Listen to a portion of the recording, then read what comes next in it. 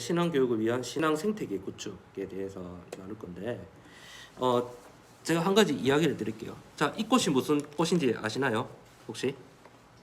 이 꽃길이라는 식물이거든요. 이거 제가 키우고 있는 식물입니다. 제가 보기와 다르게 식물도 키우는 남자입니다. 근데 이거는 지금 꽃이 잘 피었을 때 사진이고 지금은 좀 많이 시들해졌습니다. 이게 따뜻한 곳에 키워야 된다 하더라고요. 자, 우리가 꽃을 키울 때 꽃이 잘 자라기 위해서는 무엇이 필요할까요? 물도 필요하고 햇빛도 필요하고 이 화분 크기도 중요합니다. 맞죠? 그리고 이 꽃이 심겨진 흙, 어떤 흙이 심겨졌냐도 중요하고 내부적, 외부적 환경도 중요하고 또 중요한 것이 무엇이 있습니까? 이 꽃을 가꾸는 사람의 손길도 중요하단 말이죠. 이 모든 복합적인 것들이 이루어져서 이쁜 꽃을 피우는 겁니다. 물만 열심히 준다 해서 꽃이 자라는 게 아니고 햇빛만 잘 비춰준다고 해서 꽃이 자라는 게 아니에요. 이 모든 것들이 복합적인 돌봄이 있기 때문에 꽃이 아름답게 피어지는 거예요. 그렇죠? 또 하나를 이야기하자면 지금 이 사진은 무엇이죠? 자, 숲에 보면 나무들이 엄청 많잖아요. 그런데 각 나무들이 각자의 개체로 존재하는 것 같지만 서로 이 성장에 있어서 서로 다 영향을 받습니다. 왜냐하면 이 숲이라는 어떤 이 생태계 안에 각 개체로 존재하는 나무들이 서로 연관이 되어서 서로의 이런 에너지와 자연분들을 받고 성장하기 때문이죠. 그런데 만약에 이 숲에 어떤 나무가 세균이 들어서 전염되어 썩고 있어요. 그러면 이 나무만 썩는 것이 아니고 이 나무가 속해 있는 이 숲 전체가 어떻게 되는 거예요? 썩겠죠. 왜 그렇죠? 이것이 서로 다 유기적으로 연결되어 있기 때문에 나쁜 세균이 다른 나무에도 옮겨 붙기 때문이죠. 그럼 숲 전체가 이제 다 썩고 죽게 되는 그러한 경우가 있습니다. 자, 우리가 살아가는 인간 사회도 마찬가지입니다. 뭐 한쪽이 어려움을 당했어요. 그러면 그쪽만 어려움을 당하는 것이 아니고 다른 분야와 영역들까지 다 연관이 있습니다. 그렇죠? 자, 지금 코로나만 봐도 그렇잖아요. 코로나 때문에 어떤 한 분야가 어려워졌어요. 그러면 이 어려운 한 분야 때문에 다른 분야들도 어려움을 겪게 되는 거죠. 예를 들자면 이제 인간 사회에 뭐 정치, 경제, 사회, 문화, 교육 다양한 분야들이 있잖아요. 그런데 이 경제적인 부분 한 부분이 흔들렸어요. 그러면은 정치적인 영역도 흔들리고 교육이나 문화 이 모든 영역들이 흔들리게 되는 거죠. 왜냐하면 인간 사회의 다양한 영역들도 각자의 고유한 영역이 있는 것 같지만 다 연결되어 있기 때문입니다. 그래서 이 사람이나 생물이 살아감에 있어서 이 복합적 관계 속에서 영향을 주고받는 이러한 상관관계를 무엇이냐 하면 생태계라고 합니다. 자, 일반적으로 우리가 생태계라 하면 이 생물이 살아가는 세계를 생태계라고 합니다. 그래서 이 우리가 존재하는 이 세계가 각자의 존재가 단일하게 존재하는 것 같지만은 단일하게 존재하지 않는 그런 세계를 이제 생태계라고 합니다. 자, 이제 생태계 이제 식물도 있고 동물도 있고 뭐 인간도 있고 여러 뭐 자원들도 있잖아요. 그런데 식물이 있기 때문에 동물이 존재하는 것이고 또 동물이 있기 때문에 식물이 존재하는 것입니다. 자, 우리가 살아가는 인간 사회도 마찬가지죠. 인간 사회도 뭐 다양한 영역들이 서로 연관되어서 균형 있게 살아간다 방금 뭐 말씀을 드렸습니다. 자, 우리도 어떻게 보면 이 생태계의 일원 중에 하나입니다. 우리 인간도 맞죠? 자, 우리가 혼자서 살아가는 것 같지만 우리가 살아가는 이 자연 환경이 우리의 생활을 받쳐주지 않으면 어떻게 될까요? 뭐 날씨가 너무 덥다든지 날씨가 너무 춥다든지 뭐 아까 전처럼 뭐 숲이 잘 형성되지 않고 뭐 사막만 있어요. 살아가기 힘들겠죠. 맞죠? 이제 적절하게 뭐 사계절이 있고 이 자연 환경들이 형성이 되어 있기 때문에 우리도 이 생태계의 일원으로서 불편 없이 이제 살아갈 수 있는 겁니다. 그렇죠? 자, 하나님께서 만드신 이 창조 세계를 보면 그렇잖아요.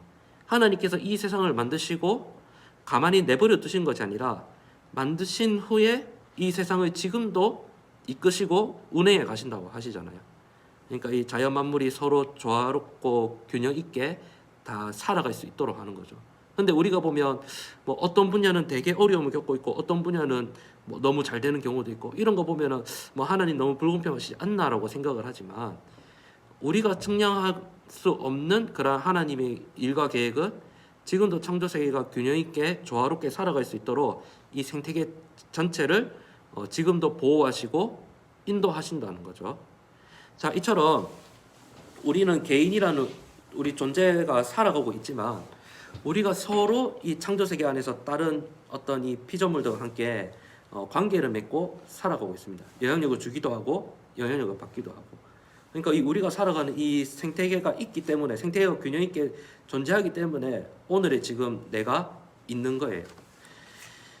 자, 미국에 아동 발달 심리학자가 있는데 이제 유리 브롬펜 브레너라는 사람이 있습니다.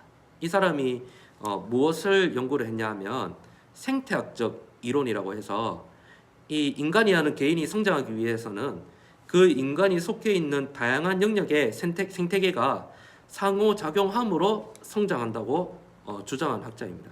그러니까 무슨 말이냐면 우리 자녀라는 한 존재가 있어요.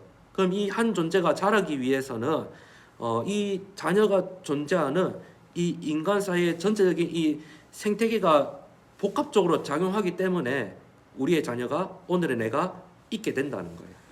그래서 유리 브롬펜 브레너 같은 경우에는 이 인간, 즉 아동을 둘러싸고 있는 이 생태계 체계가 5가지로 되어 있다고 하거든요. 그래서 이 5가지가 상호 협력함으로써 영향을 받아서 이 한 사람이 성장을 한다고 이야기하고 있어요. 자, 여기 보시면 이제 이 아동이라는 한 사람이 있잖아요. 그러면 거기에 미시 체계가 있고 중간 체계가 있고 외 체계가 있고 그 거시 체계가 있고 그 옆에 보면 이제 시간 체계, 이 5가지 영역이 있는데, 자, 자세히 이제 보자면 이렇습니다. 자, 먼저 미시 체계는 인간의 발달에 밀접하게 연관되어 상호작용함으로 영향력을 끼치는 환경체계입니다. 실질적으로 이 아이가 직접적인 영향을 받는 어떤 이런 관계들을 의미를 하거든요. 그래서 이제 보면 가정, 학교, 또래 집단, 교회, 동료, 그리고 뭐 의료 서비스 같은 것들. 이것은 우리들도 그렇고 아이들도 직접적으로 영향을 받고 그 영향으로 인해서 아이가 성장하는 거예요. 이제 이것은 이제 미시 체계라고 합니다. 자, 그럼 중간 체계는 뭐냐 하면 이 미시 체계들을 서로 이어주는 역할을 하는 체계가 중간 체계예요. 그러니까 뭐 가정과 학교, 뭐 가정과 또 친구, 또래 집단, 또 교회와 가정, 이것들은 이제 연결함으로써 이것이 이제 상호 작용을 받아서 아이가 성장을 하는 거예요. 그리고 이 중간 체계 위에는 뭐가 있냐면 외부 체계가 있거든요. 이것도 이제 아동의 성장에 영향을 미치지만 미시 체계만큼은 직접적인 영향이 미치지 않는 그런 환경 체계를 의미해요. 가령 뭐 대중 매체라든지 뭐 정부, 교통시설, 산업, 그리고 사회복지 서비스. 이것이 어떻게 보면 우리가 살아가는 삶, 그리고 우리 아동이 자라고 성장하는데 영향을 끼치지만 우리 아이가 느꼈을 때 실질적으로 와닿는 그런 건 아니라는 거예요. 그런데 이것도 아이가 성장함에 영향을 미친다는 거예요. 근데 이 외부 체계보다 더 큰 체계가 무엇이냐 하면 바로 거시 체계예요. 거시 체계는 무엇이냐 하면 개인이 속한 각 문화적 특유의 이념 및 제도의 일방적 형태입니다. 그러니까 무엇이냐 하면 이것은 어떤 명백한 형태로 나타나기보다는 비형식적인 형태로 나타나고 어떤 관습, 일상, 생활 습관 이제 이런 것들이 이제 포함이 되는 거예요. 그러니까 문화적 배경에 따라서 이 부모의 양육 태도나 가치관이 달라지고 또 여기서 비롯되는 이제 신념이나 가치관이 아동의 성장에 지속적으로 영향을 주는데, 제가 여기 지금 PPT에는 법적, 정치, 사회적, 교육적, 문화적, 경제적 체계 뭐 이렇게 말씀을 드렸는데 쉽게 말씀드리자면 이겁니다. 아이가 어느 나라에서 태어나고 자라느냐, 어떤 이념이나 사상 체계를 가진 문화나 사회 속에서 자라느냐, 이런 것들입니다. 근데 이거는 아이가 실제적으로 이런 것들을 체감하고 있지는 않지만은 이거는 엄청 큰 체계잖아요.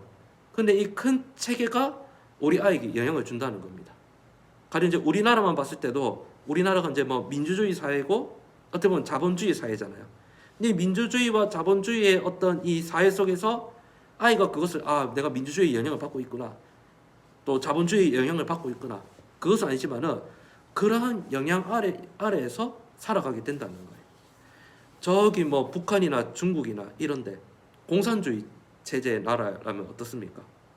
그러면 거기 사는 아이들은 내가 공산주의의 어떤 영향을 받고 있구나, 그것을 직접적으로 느끼지는 않지만은 그 아이를 둘러싼 이 거시적인 이 체계는 공산주의 영향을 받고 있다는 거예요. 그러니까 북한에서 사는 아이 그리고 대한민국에 사는 아이 똑같은 한국이지만 북한에 사는 아이랑 이 남한에 사는 아이랑 같습니까? 틀립니까? 명백히 다르잖아요. 왜냐?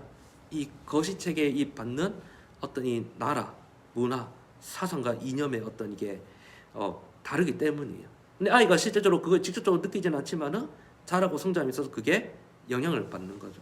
그래서 우리나라 보면 얼마나 힘듭니까? 아이들 특히 그 뭐 입시 같은 거 할 때 경쟁 사회잖아요. 경쟁 사회. 어릴 때부터 경쟁.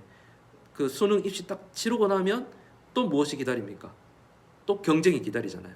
취업의 경쟁. 또 취업하면 또 뭐가 있습니까? 그 직장에서 또 살아남아야 되는 또 경쟁이 기다리잖아요. 그러니까 이거 무엇입니까? 이거 아이가 그거를 결정한 건 아니지만 그 영향을 받는 거예요. 근데 우리나라 봐도 어떻습니까? 최첨단의 사회를 살아가고 있잖아요. 스마트폰 안 쓰는 사람 없고 전 세계에서 인터넷 제일 빠르고 기술이 엄청 발달된 사회를 살지만은 우리나라 행복지수 보면 어떻습니까? 최하고 자살률 1위고 그렇잖아요. 그러니까 이거는 내가 선택한 거는 아니지만 대한민국에 사는 아이, 그 아이에 둘러싸고 있는 거시 체계가 있기 때문에 그것이 아이가 실질적으로 이것을 느끼는 건 아니지만 그 영향 아래에서 그 영향을 받고 성장하게 된다는 거죠. 그래서 이제 마지막에 보면 이제 시간 체계인데 이 모든 체계가 이제 시간이라는 이 거대한 체계 안에서 연결되어서 구조적으로 상호작용한다는 거죠. 그러니까 단시간 안에 아이가 미시 체계를 경험하고 중간 체계, 외 체계, 거시 체계를 경험하는 것이 아니고 이 시간 체계는 이 모든 것을 복합적으로 아우르는 체계라서 이 아이가 장시간 동안 인생의 전생애를 거쳐서 살아가면서 미시 체계를 경험하고 중간 체계, 외 체계, 거시 체계를 경험함으로써 이 5가지 체계가 상호작용함을 통해서 한 아동, 한 아이, 한 사람이 성장하게 된다는 거예요. 그래서 이 그림을 보면 아동을 둘러싼 미시 체계, 중간 체계, 외 체계, 그게 이제 거시 체계. 이것을 이제 아우르는 이제 시간 체계 속에서 아이가 이 모든 5가지 복합적인 체계들을 경험함으로써 성장한다는 거예요. 그래서 이제 이것을 보면 무엇입니까? 우리 아이가 자람에 있어서 물론 이제 뭐 가정에서 부모님한테 어떤 영향 아래서 양육을 받느냐, 또 어떤 학교에서 어떤 것을 배우느냐, 또 특히 이제 신앙과 관련해서는 어떤 교회에서 어떤 이 신앙의 영향력을 받느냐, 그것이 아이의 성장에 영향을 끼칠 수 있지만은 더 넓게 봤을 때는 이 아이가 둘러싸고 있는 어떤 공동체 그리고 문화, 사상 이 모든 것들이 복합적으로 작용을 받아서 이 생태계 속에서 아이가 성장한다는 거예요. 그래서 보통 우리가 이제 발달 이론 같은 거 이야기를 할 때 보면은 뭐 가정에서, 학교에서, 교회에서 주로 이 미시적인 체계 안에서의 어떤 발달 이론들을 많이 얘기를 하거든요. 그런데 이 유리 브롬펜 브루너라는 이 사람은 이제 아이가 자람에 있어서 그러한 아이가 쉽게 접할 수 있는 가정, 학교, 교회 이런 거 말고 이 5가지 이 거시적이면서도 미시적인 이 체계를 다 둘러 보아야 된다. 그래서 아이가 이 영향 아래에서 어떻게 살아가는지 보아야 된다. 이제 그렇게 주장을 했거든요. 자, 그래서 보면 한번 여러분들도 한번 생각해 보면은 좋을 것 같은 게 이제 우리 아이들이 속해 있는 가정과 교회와 이 지역의 상황이 어떠한지, 또 이제 여기서 이 지역의 상황이라 했을 때는 뭐 의정부가 가지고 있는 어떤 뭐 문화, 의료 체계, 또 아동 복지 체계 그런 것도 포함이 되겠고, 노원구가 가지고 있는 어떤 뭐 문화 그런 체계들도 있을 수도 있고, 더 크게 봤을 때는 이 서울이 가지고 있는 어떤 문화 체계, 더 봤을 때는 대한민국이 가지고 있는 어떤 사상 체계, 이것이 오늘 내 아이에게 어떤 영향을 줄 수 있고 끼칠 수 있는지 그런 것들을 이제 한번 생각해 보면 좋을 것 같거든요. 우리나라만 봐도 그렇잖아요. 서울 사는 아이들하고 지방에 사는 아이들하고 같습니까? 틀립니까? 똑같은 아이들이지만 조금의 문화의 차이가 있습니다. 그렇죠? 경상도, 전라도 사람 다르듯이. 그렇죠? 그래서 먼저 아이들 이렇게 자라게 할 때도 보면 일반적으로 봤을 때 뭐 시골에 아이들 보내기보다는 어쨌든 도시에서 키우려고 약간 뭐 이런 게 있잖아요. 그러니까 약간 좀 그런 영향들이 있는 것 같아요. 아무래도 뭐 어떤 이런 뭐 사회적으로 교육 여건이나 이런 것들, 복지 여건 이런 것 때문에. 근데 이런 것들이 다 무엇에 속한다고요? 우리 아이를 둘러싼 성장을 위한 다 생태계와 관련이 있다라는 거죠.